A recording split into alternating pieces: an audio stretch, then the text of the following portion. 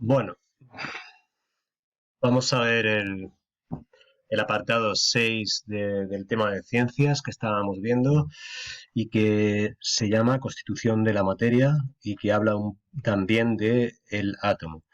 Bueno, en primer lugar, lo que nos dice es que toda la materia que nosotros conocemos en nuestro mundo, en la Tierra, está formada por unas partículas indivisibles que se denominan átomos. Esas partículas son indivisibles, no se pueden dividir, pero sí se pueden romper, que hay una ligera diferencia entre eso, entre una cosa y otra. Que se puedan dividir quiere decir que cuando las divides consigues dos átomos iguales. No, eso no se puede. Un átomo es una partícula indivisible. Cuando rompes un átomo ya no es ese átomo, ya es otra cosa. Mm, y luego nos dice que el átomo es una unidad de referencia que permite definir un elemento químico. Es decir, cualquier elemento de nuestro entorno, de nuestro mundo, está dentro de lo que vamos a ver en el apartado siguiente, en el 7, que es la tabla periódica. El oro, el hierro, el oxígeno, el carbono, el hidrógeno, todos esos son elementos de la Tierra, del planeta Tierra y del universo hasta lo que conocemos, y que todos están registrados, digamos, en la tabla periódica. Cada uno de esos elementos corresponde a un átomo. El átomo es la unidad de referencia de esos elementos. Luego, por otra parte, tenemos las moléculas, que son un conjunto de átomos que están unidos entre sí. Las moléculas átomos, pueden estar formadas por átomos del mismo elemento. Por ejemplo, una molécula de oxígeno está formada por dos átomos de oxígeno, o dos. O pueden estar formadas por átomos de diferentes elementos. Por ejemplo, la molécula de agua, como veis aquí el dibujo, está formada por dos átomos de hidrógeno, que son estos blancos de aquí, y un átomo de oxígeno, que veis aquí, H2O. H2 quiere decir que este es un H, este es otro, es un hidrógeno, otro hidrógeno, y esto es un oxígeno. ¿Vale? Las moléculas formadas por varios átomos que pueden ser iguales o diferentes, y los átomos partículas indivisibles. Bueno, lo siguiente que aparece en nuestro libro es que para explicar cómo se comporta un átomo, en química se utilizan varias teorías, porque los científicos no se ponen de acuerdo mm, en cómo se comporta realmente un átomo, sino que en algunas situaciones se comporta de una forma y en otras situaciones se comporta de otra. Me explico. Cuando el átomo se utiliza para la electricidad se comporta de una forma, cuando el átomo se utiliza para la química, para mezclar cosas, se comporta de otra. Entonces, hay varias teorías de su comportamiento y la que nosotros vamos a estudiar es esta de aquí, la teoría atómica de Dalton. Esa teoría dice lo siguiente, tiene tres premisas. La primera de ellas, esta que veis aquí, dice que cada elemento químico, eso ya lo hemos visto, está formado por partículas diminutas e indivisibles llamadas átomos. O sea, cada elemento químico de la tabla periódica está formada por átomos de dicho elemento. Dichos átomos no se pueden transformar unos en otros. ¿Eso qué quiere decir? Que yo no puedo coger un átomo de hierro y transformarlo haciéndole cosas en un átomo de oro, porque si no nos haríamos ricos todos, cogeríamos hierro que es más barato y lo convertiríamos en oro, por ejemplo, ¿no? Eso no se puede hacer, no se puede convertir un átomo de una cosa en un átomo de otra. Segunda premisa, esta que veis por aquí, perdón. Los átomos de un elemento tienen todos la misma masa y las mismas propiedades, pero son distintos de los átomos de cualquier otro elemento. Es decir, todos los átomos de un mismo elemento pesan lo mismo. Es decir, un átomo de oxígeno pesa igual que otro átomo de oxígeno. Y tiene las mismas propiedades ese átomo que el otro. Pero los átomos de diferentes elementos, cada uno pesa lo suyo y cada uno tiene sus propiedades diferentes, ¿vale? Los de diferentes elementos. Y por último, tercera premisa, los compuestos químicos están formados por uniones de átomos de distintos elementos que se llaman moléculas.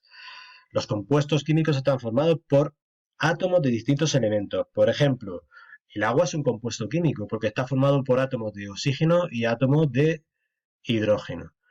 La proporción numérica entre ellos es simple y constante. ¿Eso qué quiere decir de simple y constante? Que siempre se repite esa proporción. Es decir, si tenemos 1 millón de átomos de oxígeno, pues vamos a tener 2 millones de átomos de hidrógeno. Esa proporción es siempre la misma, es decir, por cada átomo de oxígeno va a haber 2 átomos de hidrógeno. Si hablamos, por ejemplo, del amoníaco que usamos para limpiar los suelos, el amoníaco está formado, es una molécula de que NH3. Eso quiere decir un átomo de nitrógeno, que es la N, y 3 átomos de hidrógeno eh, que juntos forman la molécula de amoníaco. Entonces, por cada átomo de nitrógeno hay 3 de hidrógeno. Esa es la proporción simple y constante. Y por último, los átomos también pueden formar, como hemos dicho antes, moléculas de 2 o más átomos iguales. Por ejemplo, el oxígeno, el O2, está formado por 2 moléculas de oxígeno, de 2 átomos de oxígeno. La molécula de ozono, la famosa capa de ozono que está en la parte alta de la atmósfera y por la que se podrían filtrar los rayos ultravioleta, está formada por 3 átomos de oxígeno, O3. Bueno, los átomos, ¿cómo están formados los átomos? Los átomos constan de 2 partes. Una parte que es el núcleo, que es esta que veis aquí en el centro, esta que estoy rodeando yo ahora mismo, y otra parte que es la corteza, que es esta que veis aquí, que tiene como unos aros, unas órbitas que están alrededor. En el núcleo tenemos 2 partículas que están muy, muy, muy fuertemente unidas. Tan fuertemente unidas que cuando el ser humano las ha intentado romper, ha conseguido explosiones atómicas o explosiones nucleares, ¿vale? Por eso se llaman explosiones nucleares, porque rompen el núcleo de un átomo. ¿Vale? Bueno, pero eso no es fácil de hacer. Solamente se hacen las centrales nucleares para generar energía eléctrica y con las bombas atómicas, que están un poco descontroladas y que explotan provocando catástrofes. Bueno, el núcleo formado por 2 partículas, una que se llama neutrón y otra que se llama protón. Los neutrones no tienen carga eléctrica, es decir, ni son positivos ni son negativos. Y los protones tienen carga positiva. Así se pone el protón, P+, y así se pone el neutrón, N. ¿Qué quiere decir eso de la carga? Pues eso es parecido a lo que ocurre cuando tenemos un imán alargado, un imán en forma de goma de borrar larga, ¿vale? Lo habréis visto alguna vez.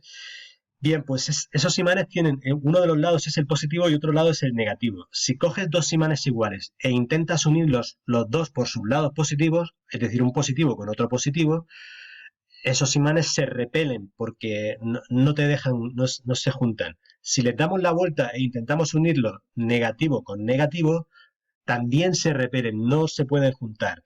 Solamente se juntarán cuando ponemos un lado positivo enfrente de otro negativo. Y en ese caso se juntan y se quedan pegados los imanes. Pues con los átomos pasa lo mismo. Los átomos tienen el núcleo positivo en total. ¿Por qué? Porque tienen partículas, los neutrones que son sin carga y los protones que son con carga positiva. Es decir, todo el núcleo es positivo. Y en la corteza hay unas partículas que se llaman electrones y que tienen carga negativa, esto que veis aquí. Como en la corteza tienen carga negativa y aquí tienen carga positiva, pues al final se unen de manera que nunca se dividen, siempre están juntos y todo eso forma un átomo. Dependiendo del elemento de la tabla periódica del que se trate, habrá tantos neutrones y protones y electrones como nos indique la tabla periódica, ya lo veremos más adelante. Por ejemplo, el oxígeno me parece que tiene 32 protones y 32 electrones. El hidrógeno tiene un protón y un electrón. Y así, ya lo veremos más adelante cómo se hace eso. Bien.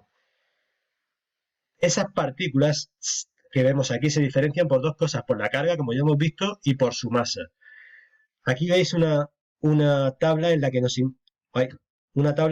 indica la masa y la carga eléctrica que tienen tanto los electrones, aquí lo veis, como los protones, como los neutrones. Los protones pesan unas 1000 y pico veces más que los electrones. Fijaos que aquí pone 1,6725 por 10 elevado a menos 27, es decir, 0,000026 ceros y un 1, y un 6, y un 7, y un 2 y un 5.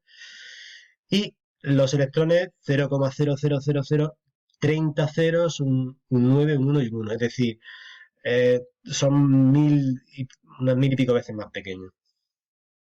De masa, quiero decir. Y la carga, sin embargo, es la misma. Tienen la misma carga, solo que los electrones tienen carga negativa, como ya hemos dicho, y los protones tienen carga positiva. Y los neutrones que no tienen carga. Y el peso o la masa de los neutrones es aproximadamente igual que la masa del protón. 6,748, 6,725, pero por 10 elevado a menos 27 en ambos casos. Vale, pues hasta aquí todo lo que tenía que explicar esta página. Entonces, a partir de ahora, pues como dije en el vídeo anterior que no se oía, pues hay que hacer las actividades desde la 1 hasta la 7.